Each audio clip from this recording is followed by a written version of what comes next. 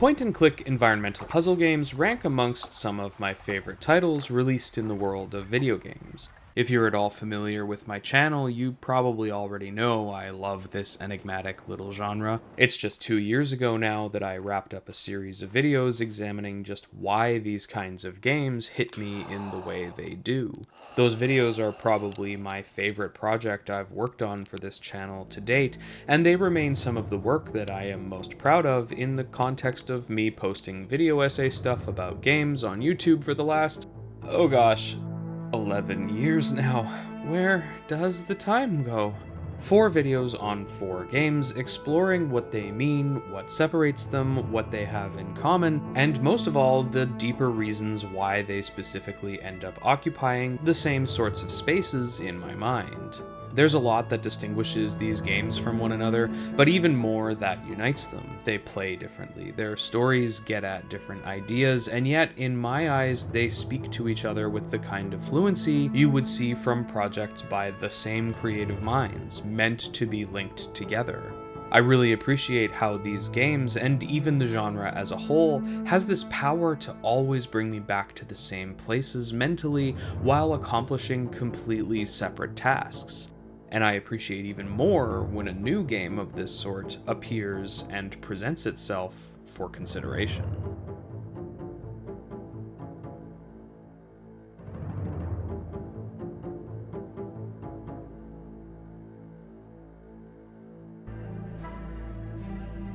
Firmament is a 2023 game developed by Cyan Incorporated, also known as Cyan Worlds. It is the latest installment in this genre that I love to cross my path, and the latest effort by the studio that perfected the genre in question, if not having outright invented it in the first place. Myst and Riven is a heck of a legacy to try and follow up, but nonetheless, Firmament was a game that I was very much looking forward to. Cyan has been there for me since the beginning, making 2 of the games that essentially kicked things off for me in video games and contributing much to the way I think about games and media in general going forwards. The degree to which they pop up in other videos of mine is probably the clearest indicator of just that. If there is a theme persistent in Cyan's work, it is going to new, unfamiliar places or worlds and learning about them purely on your own, what you can find and interpret for yourself, picking at the loose corners of unknowing until you are able to peel it back and reveal understanding hiding beneath. Cyan seems to carry this as an ethos, and it starts to make sense when you consider the upbringing of sibling lead design team Rand and Robin Miller. There was once a preacher named Ron Miller who had 4 sons. Miller was a non-denominational preacher who journeyed from independent Bible church to independent Bible church in cities and states all over the country and occasionally further. New Mexico, Texas, Philadelphia, Hawaii, Haiti, Seattle, wherever the Lord needed him. And a congregation was available to pay his modest salary. To me, that sums up basically what Myst is, top to bottom, when all is said and done. Finding oneself in a strange new place, having to learn about the people and stories there, and somehow turning it into a new home, even if for just a little while. The worlds the brothers would go on to create as game designers are of a construction, whether built from the ground up or molded and shaped by individuals, cultures, or systems over a time now past. They are seemingly abandoned for unknown reasons, and so it is wholly up to you to determine what you are capable of given what is around you. How does empty or meaningless or unfamiliar space become place, as in having a name, purpose, and story? What does it continue to mean after it has been left behind, and what changes when you find it? How does the potential energy of a somewhere, the inanimate objects in their inert state, come to life in the presence of you, an ostensible new force in the universe? Cyan knows how to make me think, and so every time they have reappeared with a new game on the horizon, I am here for it. I was a Kickstarter backer for their 2016 comeback game Abduction, which I loved, and while I didn't have the money to put anything towards Firmament when it entered crowdfunding, I was still looking forward to diving in and experiencing it whenever I did get my hands on it. And as it happens, the good folks at Cyan actually provided me with a free review copy of Firmament. I don't usually go for review copies, as I don't really do what you'd call reviews on this channel anymore, but it's hard not to get excited about new games from a favorite developer, and I had a feeling this game was going to spark some kind of thought that might turn into the kind of video I do tend to make, and trust me, it did. But in the spirit of things, I suppose I ought to at least follow through and tell you what I thought of the game upon surface engagement. So before we get to the weird stuff and the story spoilers and whatever, here is my review of Firmament.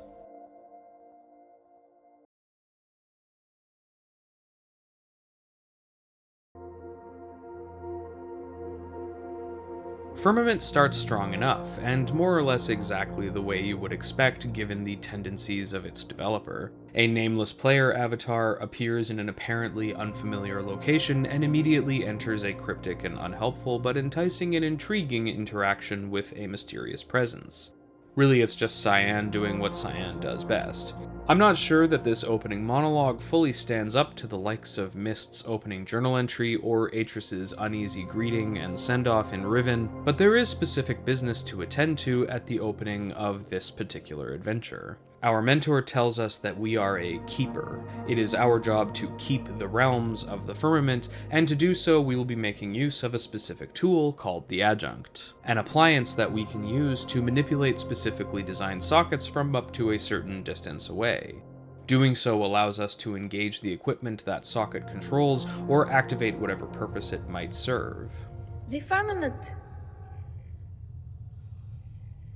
It is remarkable that we are here. With this final thought, and us receiving our fancy new doodad, the game begins in earnest.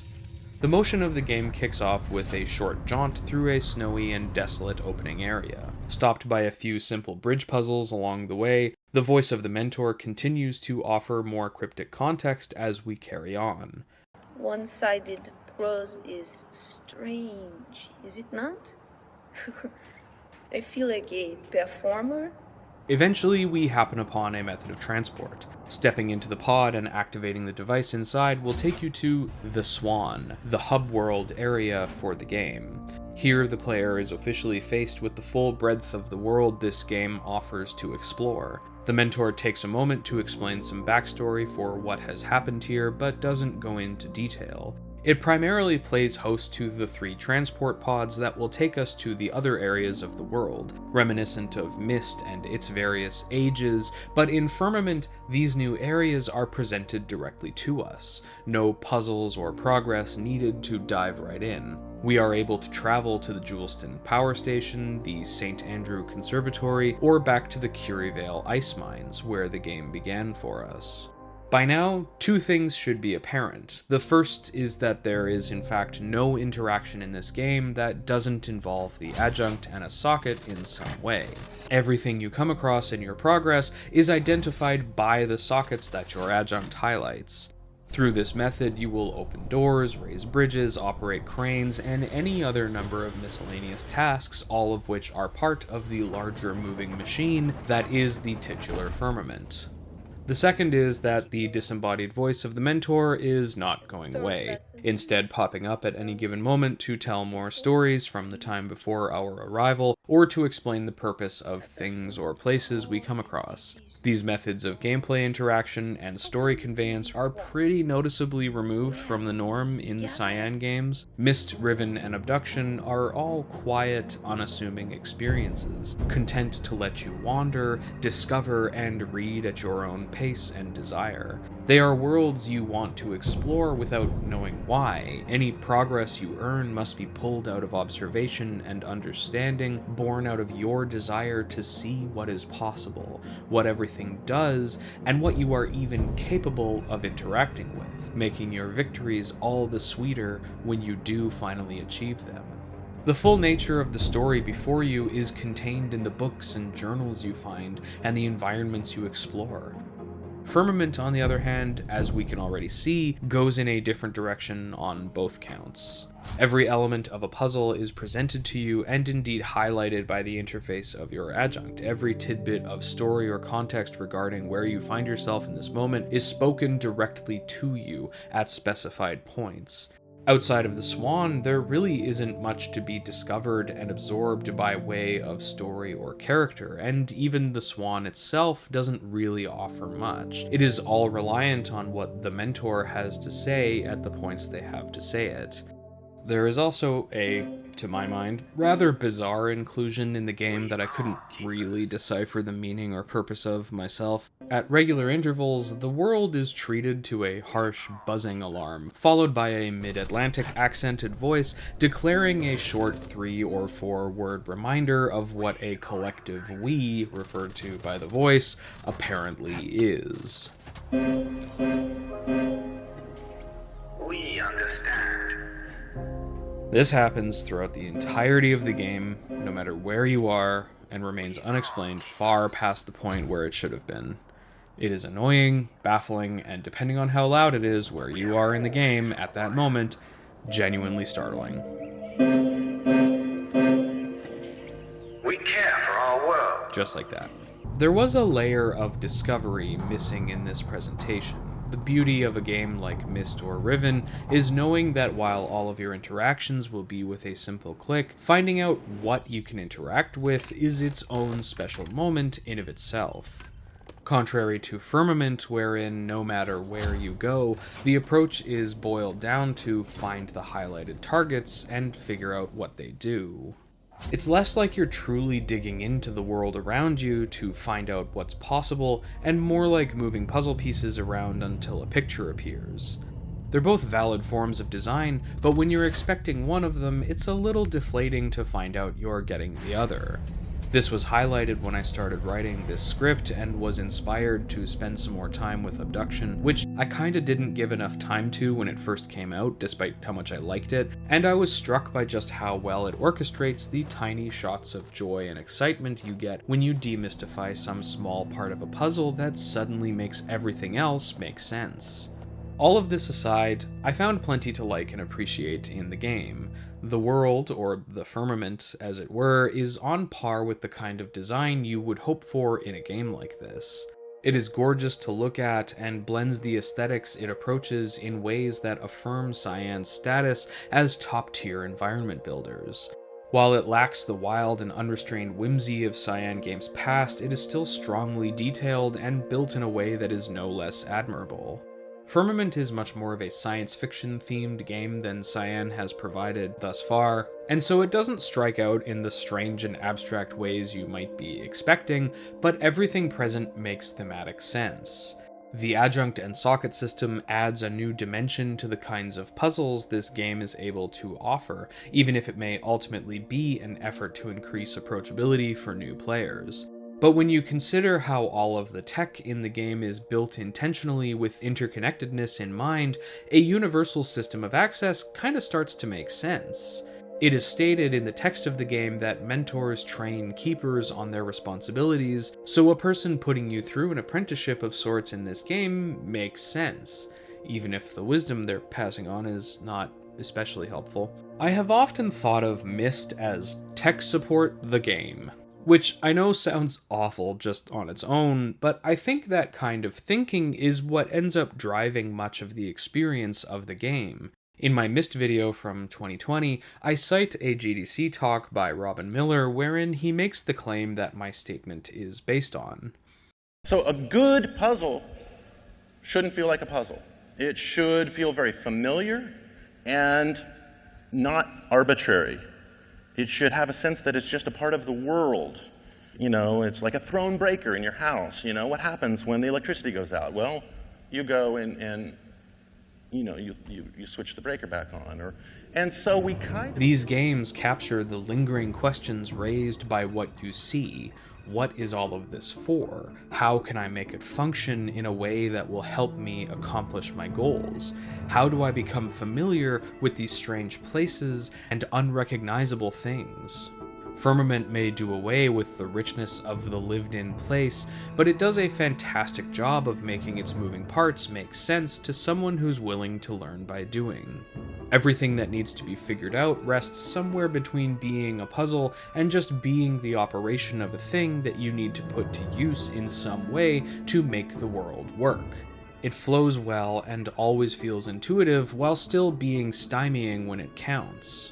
The world is fully functional, and that's just how the game operates. There is nothing here that suggests a puzzle for the sake of obfuscation or obstruction within the world of the game, and when it does introduce a big combination lock-style puzzle, it at least is born out of the situation, where you need to dive deep into the mechanics present in the moment. It's just the technical operation of the thing, and not an outward force trying to keep things difficult just because. The game flows really well if you can get onto its wavelength. I'm pleased to say I only needed a guide to progress in the game on one occasion. There was a small puzzle that, to my observation, broke a previously established rule of the environment I was in, and so after wading through a whole lot of flat earth, deep state conspiracy nonsense, because it turns out firmament is a really weird word to try and search on YouTube these days, I finally found a lovely little no commentary video showing me the error of my ways, and I was able to move on. Anyways, don't ever try and tell me video games don't encourage new experiences. All in all, Firmament is a good game. I think it accomplishes what it sets out to do, even if that thing ends up being smaller than we might expect from games of today. The game is gorgeous, and the way space is used, both in the execution of puzzles and just to convey the sheer scope of what is going on here, is admirable. I would also say this is probably the most specifically approachable game in Cyan's catalog to date, and is probably not a bad entry point for people curious to these kinds of puzzle games. Even if it doesn't work for everyone, and I do think it could be stronger myself, I like that one of my favorite developers is striking out in new directions and finding ways to adapt and modernize their format.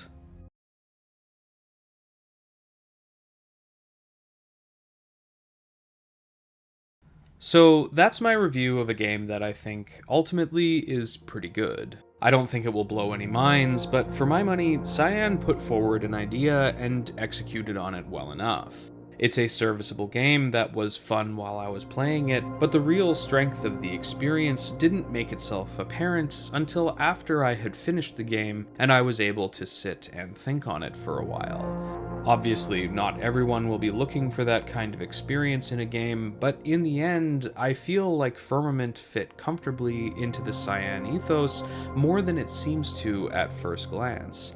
And eventually, it started to resonate with me in ways that I hope every game will. Please be advised, we will be doing some light story spoilers in this section for Myst, Riven, and Firmament, but something that I really appreciated about working on the puzzle game videos those years ago was in how each game that I brought to the discussion wound up changing my thinking on the previous entry in the series in new and interesting ways.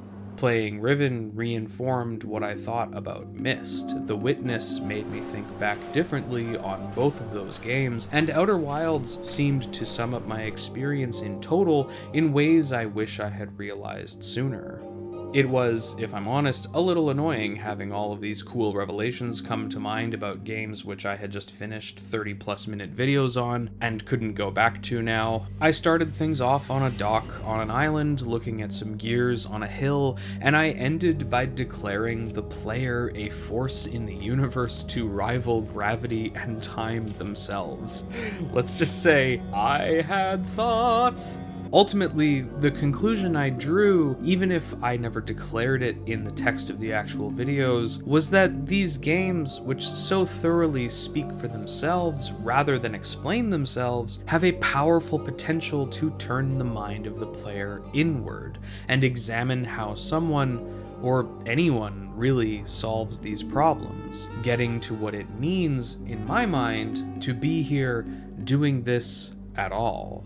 Cyan has always made games about being an observer, trying to piece meaning together from what was left behind by those who came here before you. The people who turned this from space into place, who named it, who developed it, giving it meaning to an observant mind in the conceptual world that we inhabit. The way these places come together in the narratives presented are always different, but I suppose it is only appropriate that eventually there would come time to make a game and tell a story that wrestled specifically with what it means to have been the one who passed through here first, how it feels to be the person who made space into place, and how one deals with the knowledge that someone else is following in your footsteps. What is this like when you don't realize what your discoveries or your accomplishments will mean in the future? How many lives will be touched by your work? Firmament is a game that positions you as the would-be inheritor of a world that was built specifically for you and others like you. It is explained that you are responsible for keeping the realms, and at one time there was a whole society of people like you, serving the same purposes and tending to the same tasks. Mentors teaching their successors how to carry on when they're gone. An institutional knowledge that survives even collapse, can prove to be robust in the face of obscurity, apparently purely through its design. This is the first time that Cyan has built a world that was meant to be understood by you within the bounds of the story. A place that wasn't just someone else's workspace you happened upon, or living quarters that you don't necessarily belong in, picking up the pieces afterwards. Whoever built this and left it for you believed that this was important. They had a story to tell, wanted to pass on what they had learned, what they had designed for the future. And in a kind of roundabout way, that's literally what has happened here, or at least I thought so as I looked upon the portraits of the founders of the Firmament in the final chapters of the game. They are real-world figures with names and faces, histories that you can look up and learn about for yourself. People who invented, discovered, and wrote so many of the things that make the world what it is, and we are standing here in the sum total of what they had to offer. They were here before us, turning space into place. What does it feel like, I said, knowing that so many people are inside your mind, following the trail you set, trying to learn to think like you? I don't know, he answered.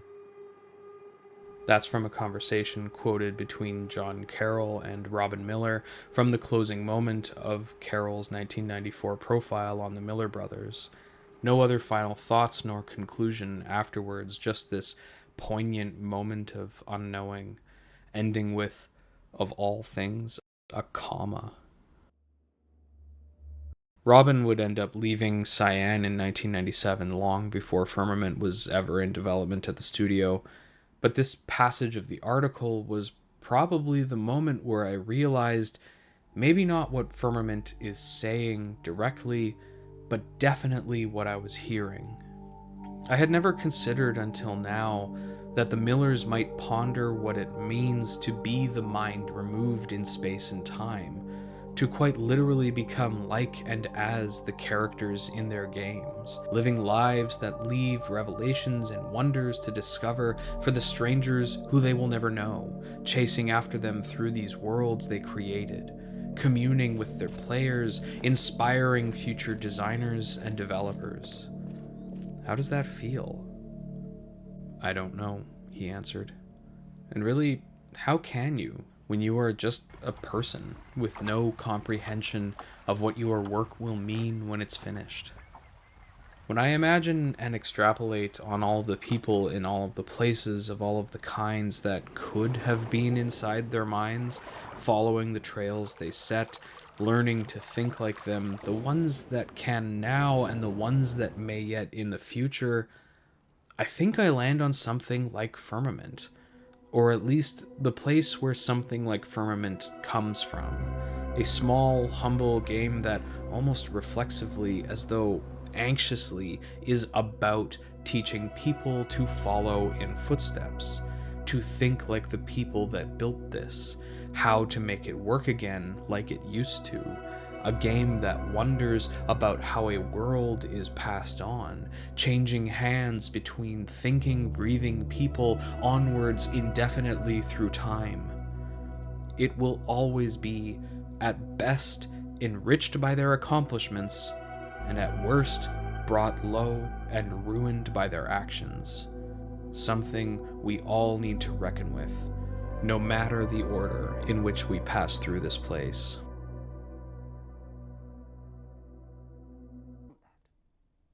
So what do we do about it? I don't know. But maybe a good start would be to recognize within yourself the ability to understand anything, because that ability is there, as long as it's explained clearly enough. By the time I was done with the puzzle games that I can't shut up about, this sentiment from the Witness about the ability to understand anything had become something of a mantra for me. It's basically the driving idea of the Witness as a game, but I think it sums up the philosophy of playing games in this genre just in general. The Millers had me exploring this idea when I was still in grade school, before I could properly conceptualize it in my mind, and I've kind of been hooked on the feeling ever since. Throughout all of these games, from the moment you first see the gears on the hill from the dock at the start of Myst, to finally entering the mountain in The Witness, watching your last supernova in Outer Wilds, or assembling the Embrace in Firmament, you have learned so much and come to understand things that at one time may have been incomprehensible to you. There is no reason you should be able to decipher all of the fever-dreamy curiosities of Myst, but understanding is there if you look for it. These games seem to say, or at least believe, that we are all capable of this. You can understand anything, even a story that is fashioned to be told just by turning over rocks, flipping switches, and reading letters written by people you don't know to people you'll never know. And I know it's a little cheesy to just say, it's a story about stories, man, and leave that as the proposed profundity in a work of art like this, but I've always appreciated new ways to convey and tell stories. I'm hard-pressed to think of anywhere else you can find this kind of narrative. Learning to think in certain ways, to understand the story that is unfolding, that isn't told to you but was left for you, letting the storyteller coax you into their thinking. Short of drawing a direct comparison between the Millers and people like Jules Verne, Marie Curie, or Nikola Tesla, I think this is the story of our real world. What does it mean to even know things if not to follow in a person's footsteps, someone else's path, perhaps even surpassing them one day? I think it's always reaching towards a common enlightenment. I don't know what it is like to be responsible for something that millions of people have observed and interpreted for themselves, deciphering what I was thinking at the time that I made it and what it's supposed to mean afterwards. But to me, there's something kind of comforting about the idea of hundreds, maybe even thousands of people having the same thoughts at the same time. More yet, coming to these revelations at their own moments down the road, as though they have been led somewhere new, to a place where they now gather together in common enlightenment. All of them getting that same little rush of suddenly knowing the now, and wondering what's next.